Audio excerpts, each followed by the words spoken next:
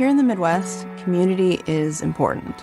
Having a healthcare system that's looking out for us, That's actively addressing the racial disparities in healthcare is important. When we can get good quality care, We can do more. We can achieve more. we can be the kind of community we want to be, and that's really important.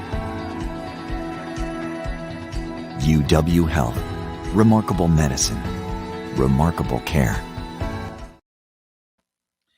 Good afternoon, folks. This is Robert Chappell, Executive Editor at Madison365 with your daily update for today, Thursday, May 27th. First, we will have some COVID news, nothing too shocking or surprising, I hope. And then we'll have some other local news and some local sports as well. A couple of things on the coronavirus front. The DHS redid the way they present their data. So it took us a little bit of extra doing today to get it figured out. They basically made it a little bit more streamlined for the average consumer, but you lose some of the context in that. So, for example, I'll say that. Let me just show you what this looks like. This new thing here. If you go to the DHS website, let me share my screen with you for a second. There we go. You can see now. This is like their new front page of their data dashboard, which now includes probable cases. We've never reported probable cases because we didn't. I just don't think that's as relevant. I think I would much rather only report confirmed cases. But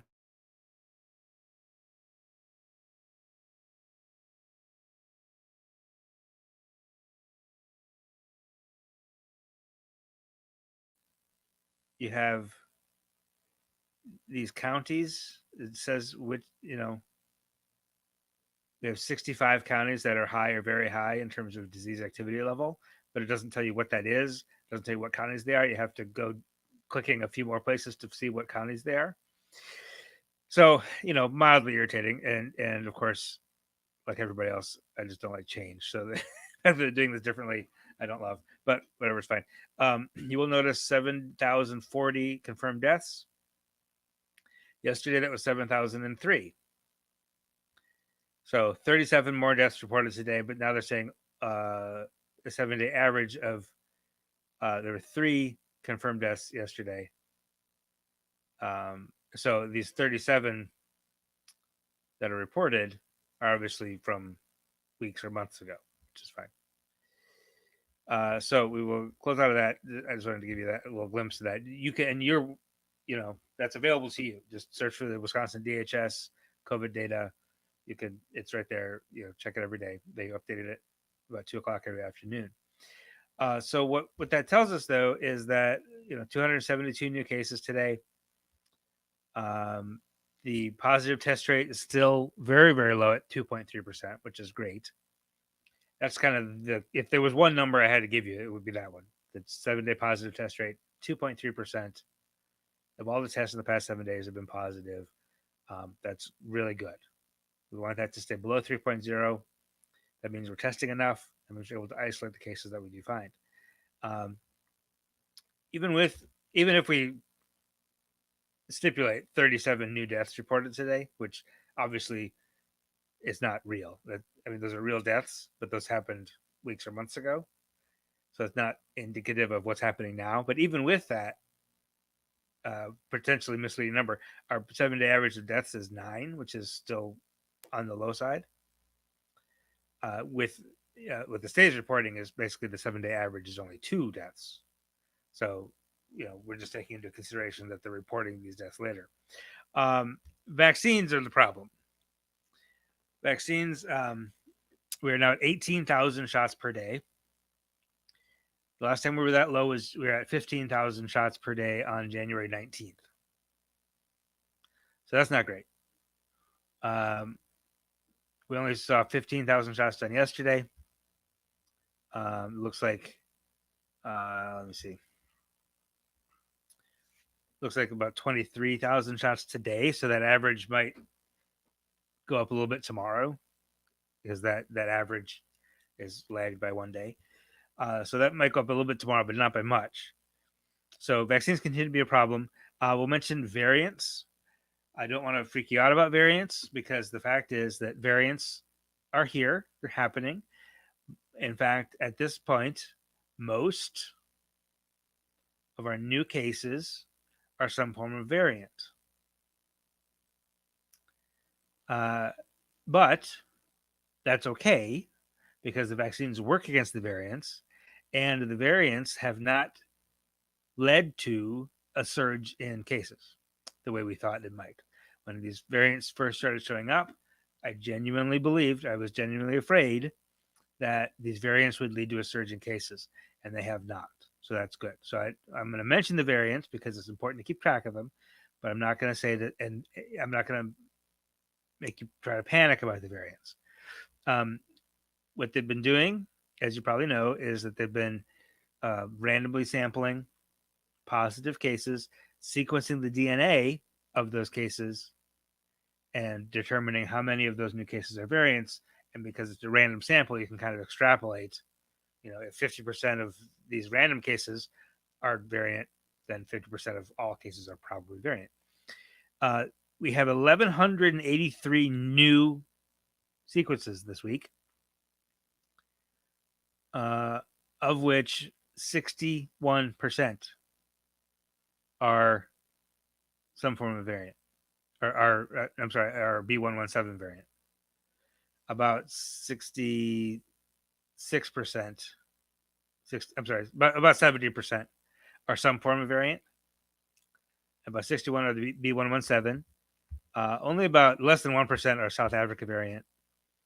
About 6% are Brazil variant, and about 3.8% are California variant. So that's not great, especially if you're worried that if we are concerned that the variants are not more dangerous to you as a person, but they are more dangerous to the community because they spread. They're more contagious, and especially B117 seems to be more. Children seem to be more susceptible to B117, and children cannot yet get vaccinated against it. So that's why it causes concern. We have not seen that concern come to reality yet, right? The variants have not caused a surge in cases yet. So here's hoping they don't. But in the meantime, the way to get rid of these variants and to stop worrying about them is to get vaccinated. So go get your vaccine if you can, as soon as you can. Get it done. That's your one little, it's like voting. You get your one vote, it counts, right? Every vote is one tiny little percentage toward, the democracy being fulfilled. Every vote is one little fraction of a percentage toward the winning candidate, right? Every vaccine is a tiny little percentage toward herd immunity, which is what we're trying to get. At this moment, 41.5% of us have completed our vaccines here in Wisconsin. We need to get that to about 80%. It's not going to happen in the next couple of months, unfortunately, unless we really get going faster. So I would love to see you get vaccinated. In the meantime, keep your mask on at least till June 2nd. Probably beyond that too, if you can. So that's the COVID news. We have more local news for you. After the break, we will come back. We'll have local news. We'll have Women's Leadership Summit news. We'll have a little bit of sports for you. Don't scroll away. We'll be right back right after this word from Madison College.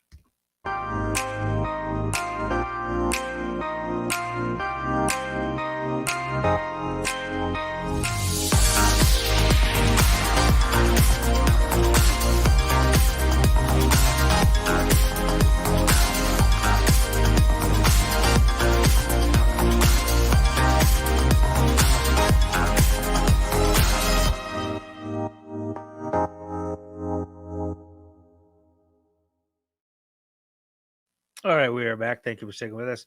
The Women's Leadership Summit is coming up June 16th and 17th. All are welcome. Men, women, non-binary, everybody's welcome to come and listen. But the panelists The people you're learning from are going to be women of color. And this is a panel that we announced today. It's leveraging your power to create change. Vanessa McDowell, CEO of YWCA Madison, is going to moderate that panel with Griselda Aldrete, formerly of Hispanic Professionals Greater Milwaukee and Milwaukee Police and Fire Commission. She is now the Director of Stakeholder Engagement at Alliant Energy. Shannon Hosley, who's the president of the Stockbridge Muncie Band of Mohican Indians.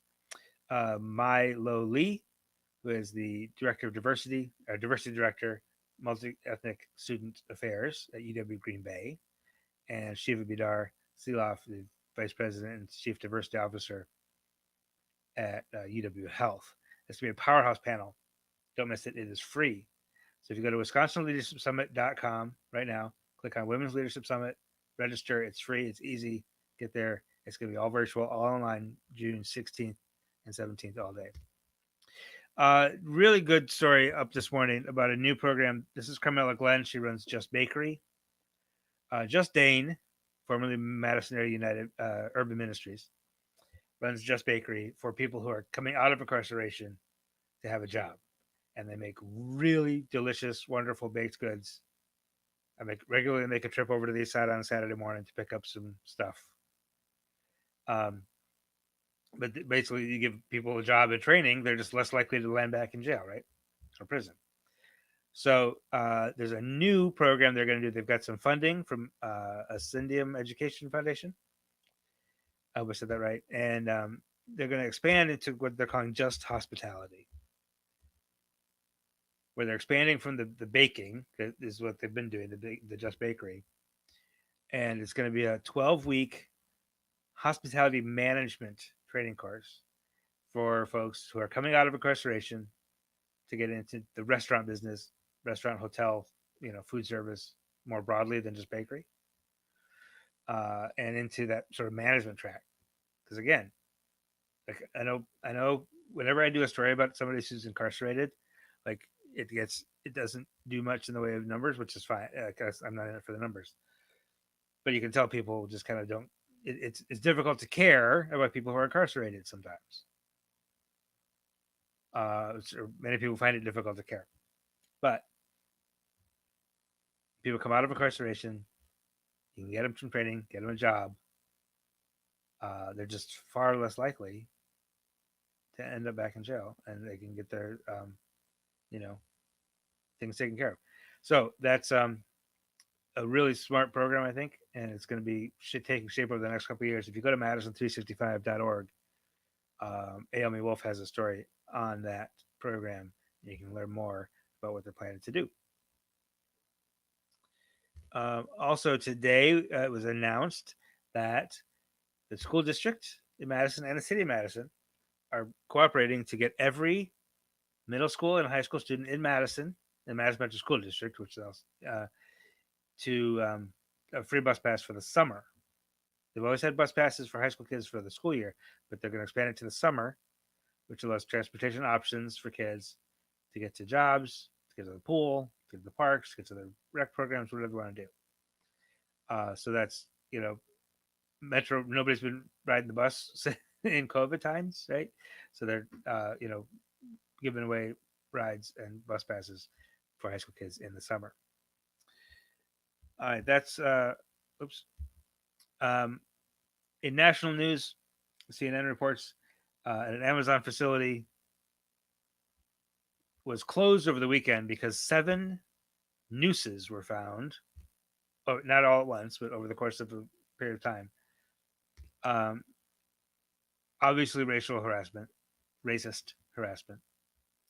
So they closed for the weekend to install some new cameras, other security measures. They opened back up, and they found another one. So the NAACP there in Connecticut is speaking out, and it's just inexcusable, and there's no way it should be happening. So that's our national story for today. We'll turn now to sports. I'm going to try to do this one more time. Last night, Forward Madison, our local soccer team, scored a very big win against one of the best teams in the league, and we have 3 minutes of highlights here. not be with them tonight as we kick off from Madison, Wisconsin. Well, by Diaz, Gebhardt helping. So Madison really did dominate the first half, as you can see. Created several excellent chances. They had most of the possession in the first half, including Derek Gebhardt here, who scored the game winner last weekend with a nice chance there, smothered by Rashid Nuhu, the goalkeeper from Omaha. It could be game changers. In the first half, Madison had 11 shots, it's a good ball in back post, headed down by Tobin, including that one from Connor Tobin, the center back. Against Omaha, only had one in the entire first half. You can see the pressure here was pretty relentless. Another one from Justin Suko there. That was his first attempt of the night, and we'll hear more from him in the second half. Aaron Malloy with the corner, up and over everybody, and right into Rashid Nuhu. Not sure who got the final touch, but Nuhu was placed perfectly to corral it. On Union Omaha. Turning now to the second half, where Omaha did start to pick up the pace a little bit and ended up with 8 shots in the second half, and Madison only ended up with 4. But, and you can see here's Justin Suka again, has his effort blocked. It's his second excellent opportunity. Blocked again by Knutson. First time again on the edge of the penalty area. Here, Adi Jepson gets the interception and the beautifully weighted pass with a beautiful run to Suko. Third time giving it a try, and he scored that one. Well, it's and third that time lucky for turned out to be Suko. the game winner. We'll take a couple Forward looks Madison at some of the other actions in the second half in the defensive end. Another look at it here. By Jepson, Beautifully timed run from Justin Suko, making his first professional start, by the way. That's his first professional goal for Justin Suko, and that makes 3 goals now on the season for the team, each one scored by somebody who was not with the team last year. So the new guys are really contributing. After the 70th minute, the Flamingos fell into sort of a defensive posture and talked to the head coach Kyle Craig today, and he was not particularly happy with the way the team defended. As you can see, that one was almost very easily could have been the equalizer. But Forward Madison kept the pressure on, tried to catch Nuhu snoozing there, and was a little bit wide to the left. 90 minutes played.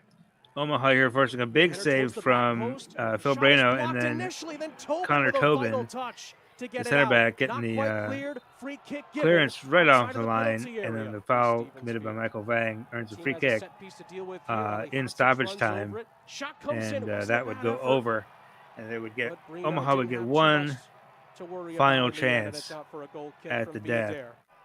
And it would have been a spectacular one as Elma Enfor tries a bicycle kick, which he scored like that against Madison 2 years ago. Win again at and that was the end of it. By a goal Madison come away with all 3 points. And Union Omaha is one of the best teams in this league. They'll definitely be a contender for the championship, and I think Madison made the statement last night that they also are a contender for the title. They play again Saturday in Statesboro, Georgia, against Tormenta FC, and then Tuesday the 1st back home in Fort Lauderdale, and then Sunday the 6th back home again, rematch against Omaha. All right, that's what I have for you today. Thank you for sticking with me. Appreciate it. Have a wonderful evening. Stay inside. It's kind of scuzzy and gross out, so enjoy your time inside. And we will see you again tomorrow. Take care. This is 365 Media.